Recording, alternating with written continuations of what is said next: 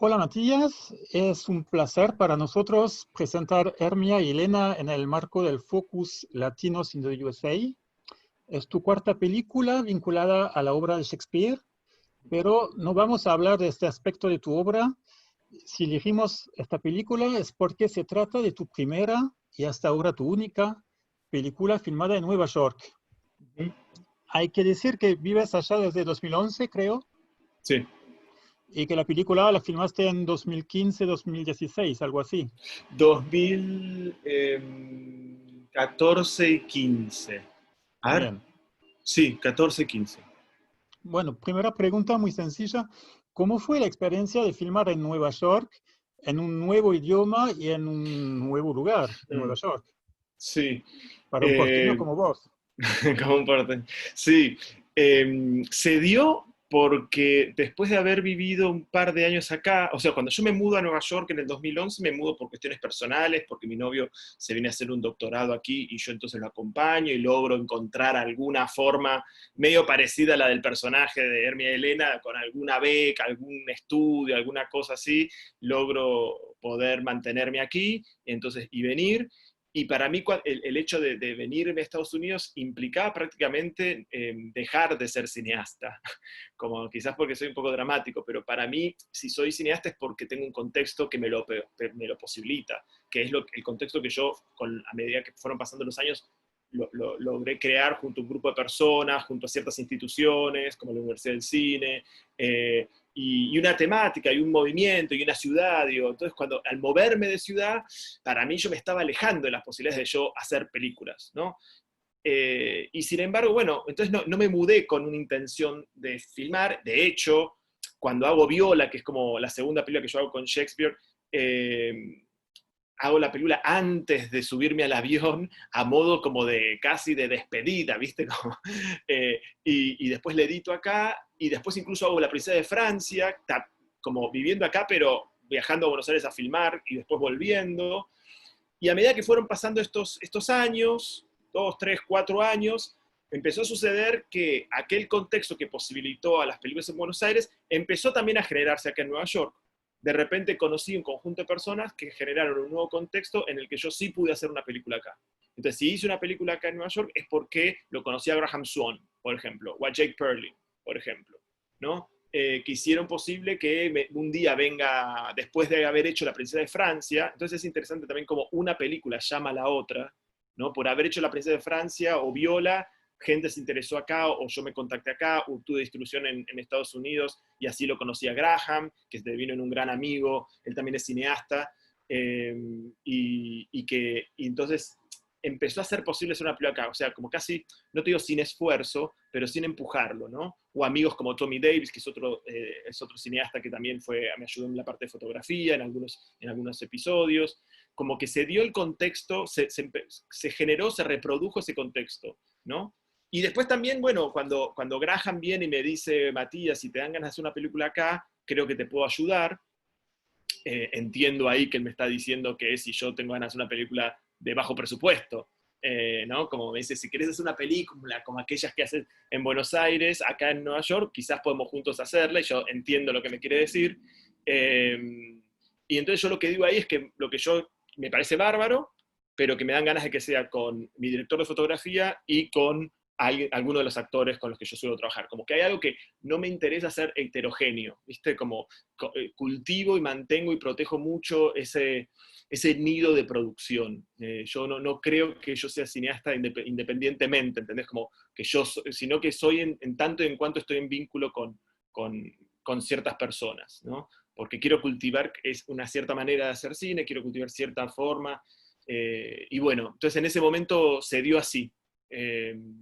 Eh, y también dije como esta cosa de que me dan ganas de filmar también en Buenos Aires. Como poner en evidencia esta cosa del ir y venir, ¿no? Como que es mi vida un poco. Yo estoy en dos lados, ¿no? Como no vivo en Nueva York en un sentido, ¿no? Yo estoy en los dos lados. Y eso genera un vaivén, que es un poco lo que en Hermia y Elena aparece como un leitmotiv estructural. En la película el personaje femenino es traductora.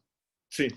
Y, a ver, el hecho de haber filmado en Nueva York Mm. ¿Lo ves también como una forma de traducción, de adaptación de tu cine en un territorio afuera? Sí. Para mí fluye más fácilmente. Más que, a mí si hay algo de la traducción que me gusta, es más bien todos los momentos donde hay un pozo, todos los momentos donde algo se rompe, ¿no? Como el inglés roto, otra, por ejemplo, a unos amigos me dijeron, en esta película hablan más lento tus personajes. Y claro, sí, porque tiene que hablar en inglés y no es su lengua materna, entonces hay otro speed, ¿no? Hay otra velocidad. Y entonces eso me gusta, entonces como que yo no estoy diciendo, habla más lento para poner en evidencia que no es tu lengua. No, eso aparece solo, no hay que forzarlo, ¿entendés? Entonces me enriquezco de esos elementos. Y si hay una idea como de traducción, no sé si de traducción, pero sí de elementos nuevos que aparecen, a pesar, ¿cómo dejas respirar a los nuevos elementos para que aparezcan? No que los impones, pero bueno, es como ese es Agustina Muñoz en Columbus Park. Y bueno, veamos qué pasa, ¿no? Es como, eso mismo va a generar una ficción, eso mismo va a generar una diferencia, eso mismo va a generar algo. Por ejemplo, cuando yo hablaba a la gente acá, o hablaba con amigos que íbamos a hacer una película acá, dice, pero ¿en qué lengua va a hablar? Y bueno, Agustina habla inglés, y de hecho ella también está en una residencia en Ámsterdam en ese momento, con lo cual es parte de la vida y hay que como poder, como se habla como se puede, ¿no? Entonces, como no, en ese sentido como que fluye más y aparecen las diferencias, obviamente, solas, ¿no?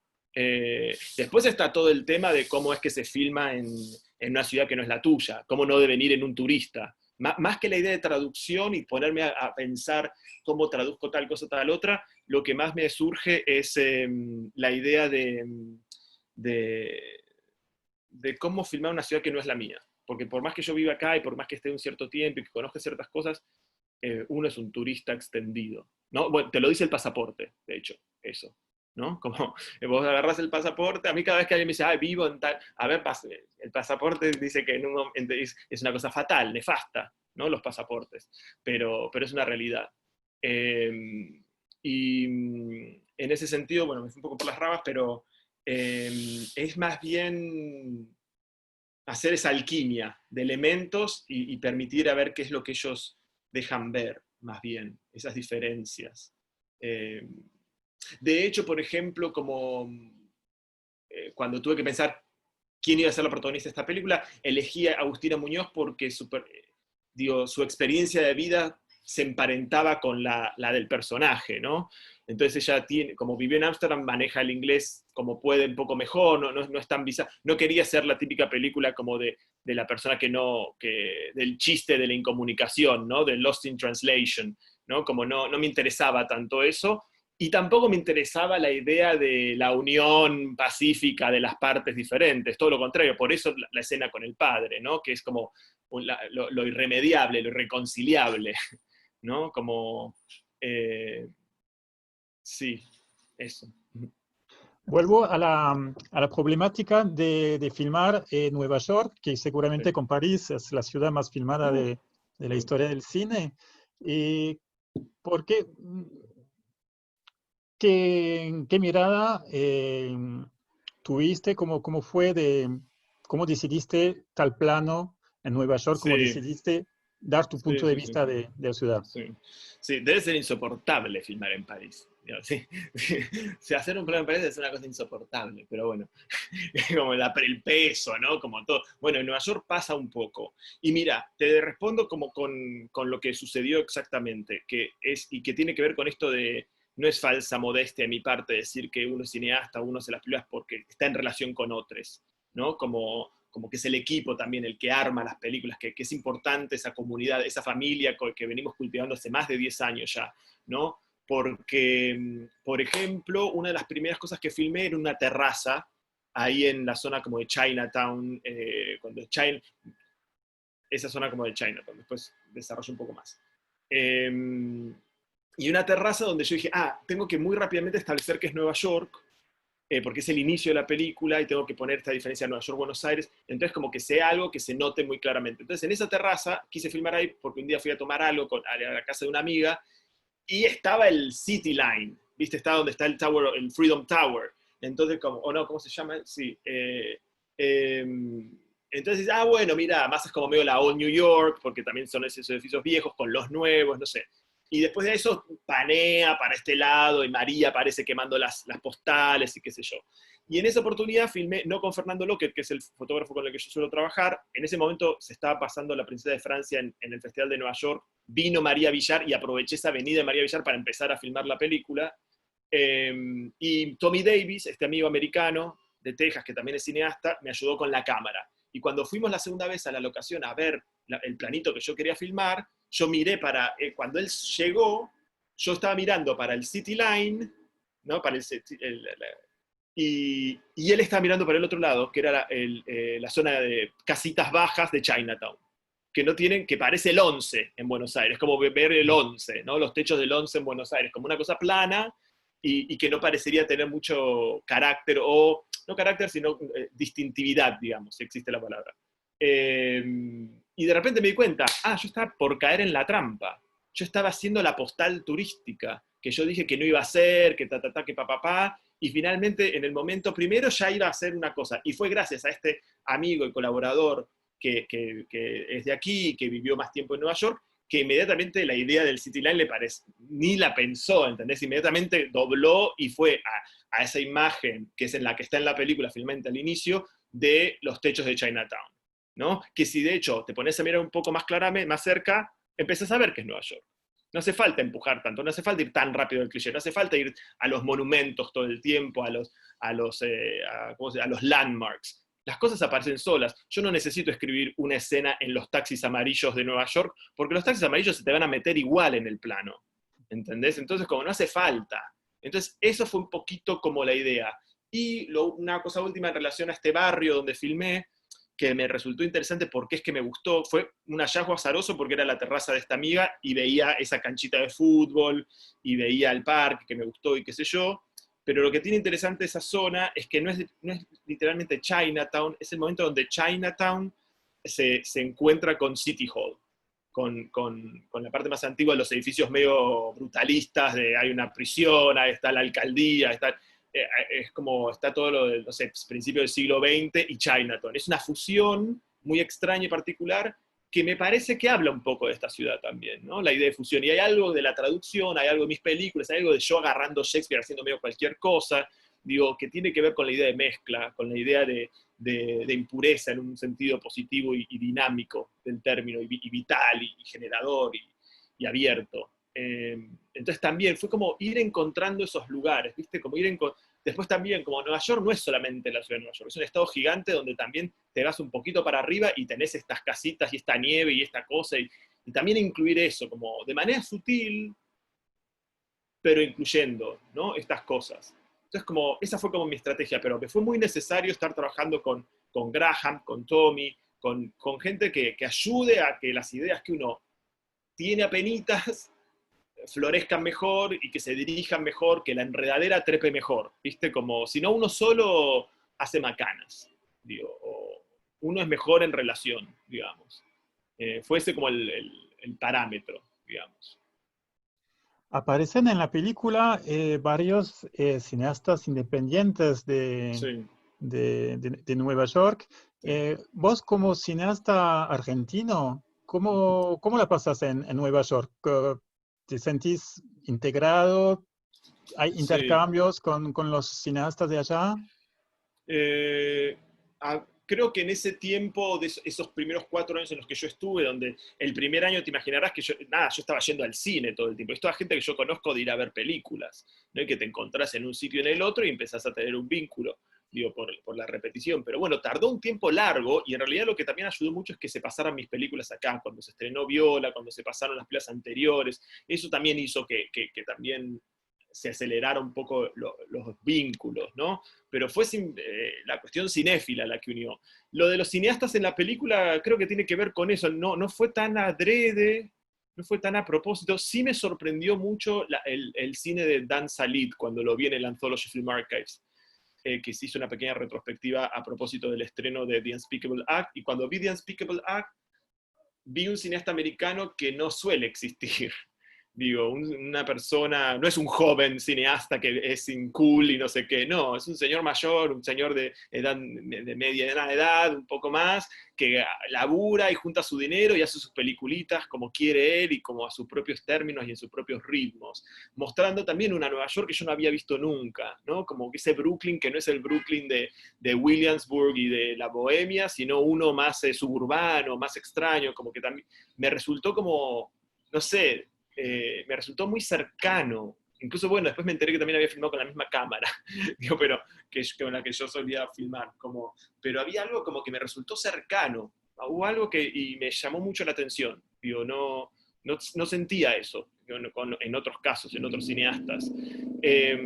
Entonces, no sé, la idea de invitarlo a Dan Salita a hacer esa escena fue bajo necesidad de que de incluir a alguien mayor, que por lo general yo nunca incluyo a alguien como de otras edades en las películas, y me daba ganas de hacer eso, me gustaba la idea del padre, pero corrido, y de repente hubo algo que lo dudé muchísimo, pero lo hablé mucho también con Graham, con el productor, de decir, me parece que Dan lo puede hacer. Hay algo de mucha gente que vive en este país y que se educó en este país que la exhibición no es un problema. Todo el mundo me decía, ¿por qué no puedo aparecer en tu película? No, me decían, ¿puedo tener un rol en tu película? En Buenos Aires nadie quiere aparecer en una película. A lo sumo te pide alguien ser extra, pero la idea de que no me rompas, es más, acá la idea de la exhibición, de la exposición, de que cuando están en tercer año hacen el debate y tienen que, qué sé yo, amigos míos acá del mundo también de acá de Nueva York, como habían sido en el colegio Demetrio, en The Midsummer's Night Dream, habían actuado, y vos decís, ¿cómo que vos existes? Como que hay algo del performing que lo tienen bastante incorporado, es una generalidad, sé lo que digo, pero hay algo del exponerse que no sé, yo daba clases de español también, y cuando los chicos tenían que hacer como el role-playing, viste, como eran espectaculares, un entrenamiento para la exposición y la exhibición un poco impúdico incluso. Entonces dije, no va a ser tan raro. Y después Dan ha sido crítico de cine, sabe conducir una entrevista, es cineasta, entiende los modos, es un cineasta cercano a la manera como yo produzco, que es una manera muy nano, muy pequeñita, con muy poco dinero, una cosa muy familiar. Entonces va a entender la forma de la película, ha visto las películas, le interesa particularmente Agustina Muñoz, que se confirma como él después, muchos años más tarde, hace un cortometraje con Agustina Muñoz. Entonces había algo ahí que, otra vez, la alquimia que arma, que decís, es posible que él lo haga, ¿no? Y después, bueno, pienso yo estrategias para hacer cómo lograr que esté lo mejor posible, ¿no? En la escena y no sé qué, y no sé cuánto, la manera como lo filmo, cómo también lo fui filmando a lo largo del día, en fin, cosas. Pero en realidad habla bueno, de la comunidad que me rodea, de la gente que me rodea acá, no había una voluntad como muy cinéfila, como de poner a propósito a la gente del mundillo. Era muchas líneas cruzadas, ¿viste? Como... me parece que había algo, me gustaba cómo habla Dan Salid, me parece buena su gestualidad, me parece bueno su rostro, me parece también que había algo de la cosa siria, de sus familias, de sus genes sirios que también conecta con Argentina. Digo, como había algo ahí que me parecía interesante. Eh, Bueno, Matías, seguro que la gente va a disfrutar muchísimo de la película. Muchas sí. gracias por tu tiempo y por la película. Bueno, Gracias, no, Matías. muchas gracias a ustedes y bueno, espero que la disfruten y que en algún momento nos encontremos ahí sanos y salvos.